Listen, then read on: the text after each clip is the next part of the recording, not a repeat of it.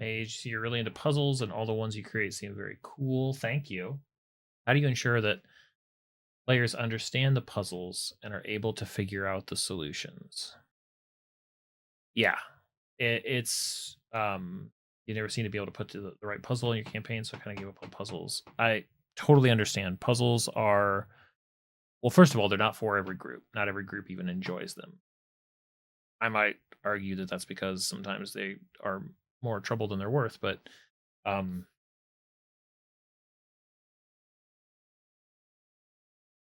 so it's one of the trickiest things that you can do, I think, in terms of like game design. I think really strong puzzle design is hard. Takes practice.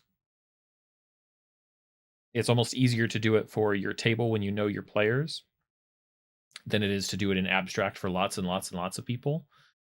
My if I'm not sure that I have like a pattern per se or like a way that I always do it, but the process that I use typically involves like a puzzle has to work on multiple levels.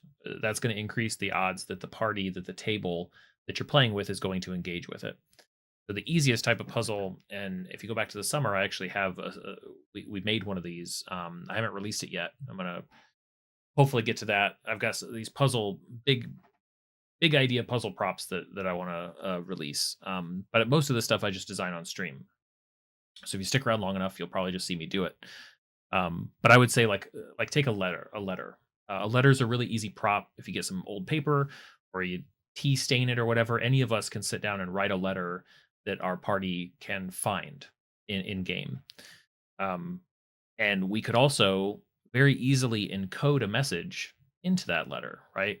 Like we just have to think of something like, let's say that every letter running down the left hand side, maybe that forms a secret message, or maybe certain letters are capitalized, or maybe certain letters that should be capitalized are lowercase, or maybe some of the letters are written a different color. Something about that stands out. And to me, what that should do is indicate some new knowledge, but also it should be interesting narratively. And if you hit on both of those notes when people discover things, it's going to make them more likely to be hungry to find and solve these puzzles because they're going to be rewarding. They're going to be rewarded for it in multiple ways, right? Like not only did we move this puzzle forward and that feels good, but also we learned something new about the world and that's good. Everything that I just described is usually missing from any puzzle that you can find to insert into your D&D games. It's one of the reasons that I try to that I want to. There's going to be a lot more of that here. I want to spend in terms of the how. I'm not sure that I have like a set way that I do it necessarily, but I definitely know I have some ideas, I guess, and we just need to put them into practice some more, and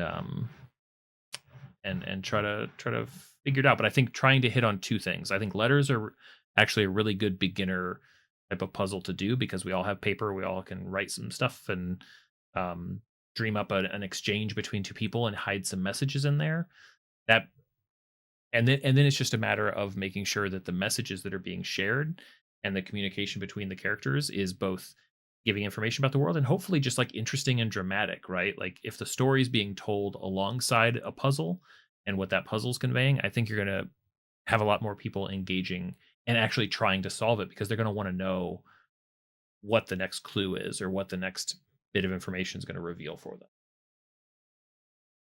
Multiple clues also. Multiple clues help.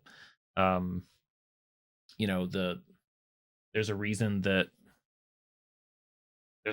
these symbols, as silly as they are, have color that can go in sequence. Some of them are gonna like give off tones when PCs step on them, and there's also like a segmented like there's an increase in complexity that matches all of that. So there's multiple ways that people can sort of latch onto and find the solution to a puzzle like this.